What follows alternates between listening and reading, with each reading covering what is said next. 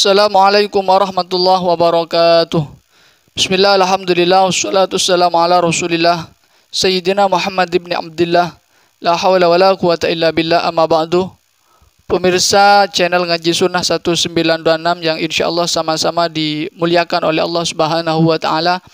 Alhamdulillah, pada kesempatan kali ini saya ingin membahas tentang hukum uang elektronik, e-money, atau lebih spesifik adalah Bitcoin.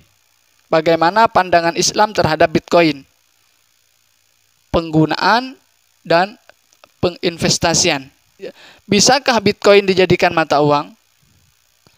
Namun sebelum masuk kepada pembahasan Bitcoin secara spesifik, saya ingin menjelaskan apa artian mata uang itu sendiri. Kalau kita lihat di dalam Fiqhul Muamalah dikatakan anna naqda huwa kullu syai'in yajri i'tibaruhu fil 'adati awil istilahi bihaitsu yalqa qabulan aman kawasitin litabaduli. Jadi mata uang itu adalah semua perkara yang bisa dan diterima untuk dijadikan alat tukar menukar. Jadi apapun itu, tidak harus kertas, tidak harus logam seperti emas, perak dan semacamnya, tidak. Bisa dari emas, bisa dari perak, bisa dari uang, ataupun dari hal-hal yang lain. Dirham, dinar. Bahkan dulu Sayyidina Umar pernah punya keinginan menjadikan kulit unta sebagai mata uang. Jadi dulu itu pernah suatu saat Sayyidina Umar punya keinginan menjadikan kulit unta sebagai mata uang. Tetapi kemudian keinginan Sayyidina Umar ini diurungkan karena dikhawatirkan suatu saat unta ini akan punah. Lah, ketika kita melihat dari keinginan Sayyidina Umar ini, lalu kita bisa menyimpulkan bahwa mata uang itu tidak hanya berlaku kepada satu bentuk, kertas, emas, perak, dinar, dirham dan selainnya, tidak, tapi bisa dari apapun. Yang penting itu diterima dan bisa dijadikan, diterima dan berlaku untuk dijadikan alat tukar menukar. Itu pengertian daripada mata uang. Kalau menurut Imam Al-Ghazali di dalam kitab Ihya-nya, beliau mengatakan begini, wa huwa fi suratihi ka'annahu laisa bisyai'in wa huwa fi ma'nahu ka'annahu kullul asya' wa syai'u innama tustawa nisbatuhu ilal mukhtalifati idza lam takun lahu suratun khassah yufiduha bi khususiha kal mir'ah la launa laha wa tuhki kulla launin fakadzalik annaqdu la gharada fihi wa huwa wasilatun illa kulli gharadin. Imam Al-Ghazali menganalogikan uang itu seperti cermin. Jadi menurut Imam Al-Ghazali uang itu sama seperti cermin. Cermin tidak punya warna, tetapi cermin bisa merefleksikan warna hitam, hijau, merah, kuning dan semacamnya. Demikian juga dengan uang. Uang tidak punya harga. Uang itu bukan harga, tetapi uang bisa menghargai semuanya. Ini menurut Imam Al-Ghazali. Lalu apa fungsi daripada uang itu sendiri? Menurut Imam Al-Ghazali, beliau mengatakan begini, masih dalam kitab Ihya, wa ma khuliqat ad-darahimu wad-dananiru li Zaidin khassah wala li amrin khassah idh la gharada lil ahadi fi a'yinihima fa innahuma hajrani wa innama khuliqa litatadawuliha al-aidi fayakuna hakimaini bainan nas. Jadi menurut Imam Al-Ghazali, dirham dinar, karena dulu pakai dirham dinar. Jadi menurut Imam Al-Ghazali, mata uang tidak diciptakan untuk seseorang. Tidak diciptakan untuk Zaid, tidak diciptakan untuk Umar saja, tidak. Tetapi mata uang itu diciptakan untuk diedarkan, untuk dijadikan alat tukar menukar. Alat tukar menukar, alat transaksi antara manusia satu dengan manusia yang lain. Oleh karena itu, karena mata uang ini diciptakan untuk alat tukar menukar, maka beliau mengatakan begini juga. Fakullu man amala fiha amalan la yaliku bil hukmi bal yukhalifu al-gharadul maksud bil hukmi faqad kafara ni'matallahi ta'ala fihima. Fa idzan man kanazahuma faqad dalamahuma wa abtala al-hikmata fihima. Kalau disalahgunakan, kalau mata uang disalahgunakan, Mata uang yang seharusnya dijadikan sebagai alat transaksi, kemudian dijadikan barang komoditi, diinvestasikan, ditimbun, maka itu haram, tidak boleh. Jadi dolim, orang yang menimbun mata uang, orang yang menjadikan uang sebagai barang komoditi, orang yang menjadikan uang sebagai investasi, maka itu dolim. Berarti kalau dolim itu tentu haram. Kenapa? Karena orang ini yukhalif al-gharadul maqsudi bil hukmi. Tidak sesuai dengan tujuan utama daripada pembuatan mata uang itu sendiri. Setelah kita melihat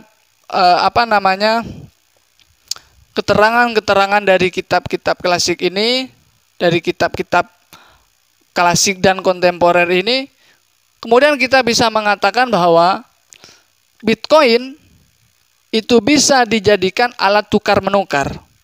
Yang penting antara bai dan mustarinya, antara penjual dan pembelinya itu sama-sama menerima. Jadi boleh saja kita membayar atau membeli perkara, bayarannya menggunakan Bitcoin, sah-sah saja.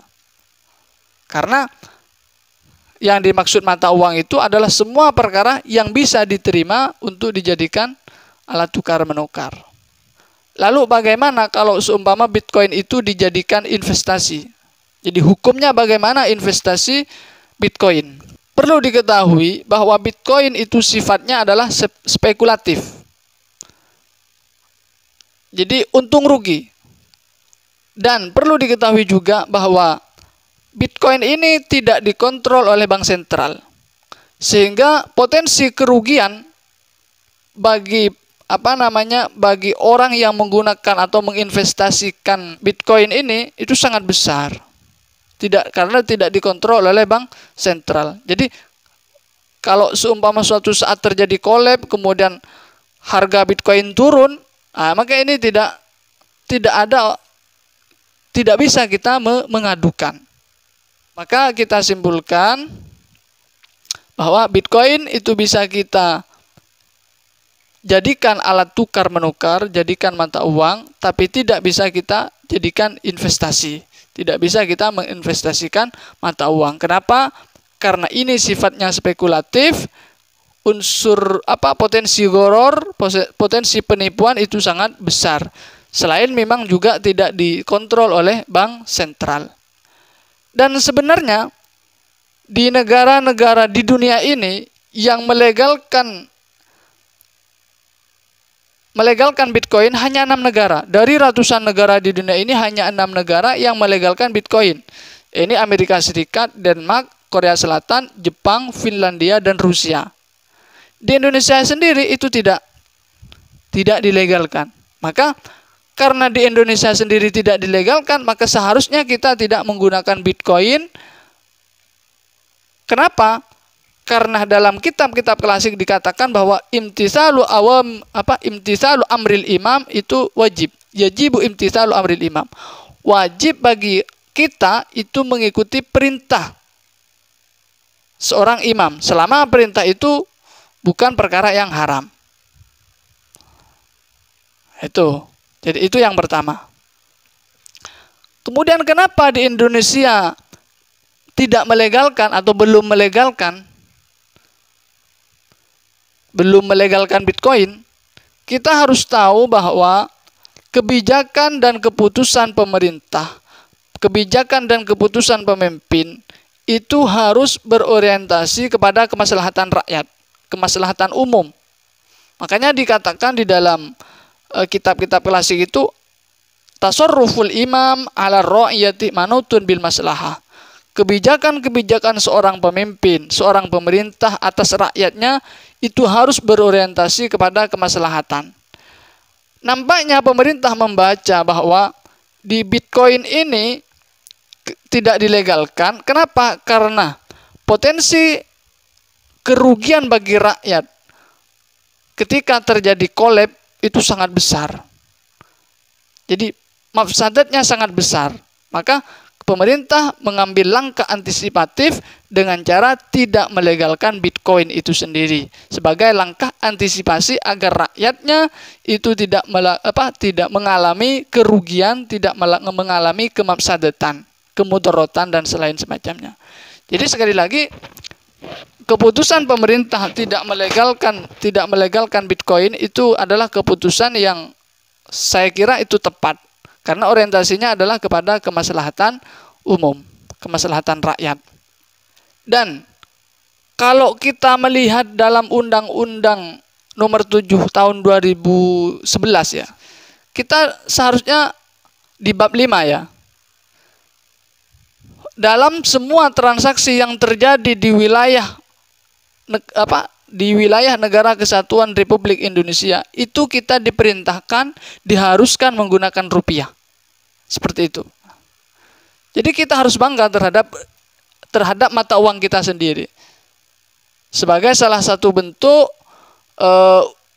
menjaga eksistensi rupiah itu sendiri. Kalau rakyat Indonesia itu bangga dengan, artinya selalu menggunakan rupiah ketika bertransaksi, maka kepercayaan orang-orang luar, kepercayaan negara-negara luar terhadap rupiah akan semakin tinggi, maka itu akan mendorong harga atau nilai tawar rupiah di mata dunia. Kita harus berpikir, tidak boleh kita egois memikirkan diri sendiri, tapi bagaimana kita sebisa mungkin berguna untuk bangsa dan negara, sekecil apapun usaha yang kita mampu. Cuma karena ini adalah masalah furu'iyah, maka satu orang dengan orang yang lain, satu pendapat dengan pendapat yang lain itu sangat besar potensinya untuk berbeda. Maka ya yang mau menggunakan pendapat ini silahkan, yang tidak ya juga silahkan, karena ini bukan sesuatu yang mengikat. Wallahu a'lam. Assalamualaikum warahmatullahi wabarakatuh.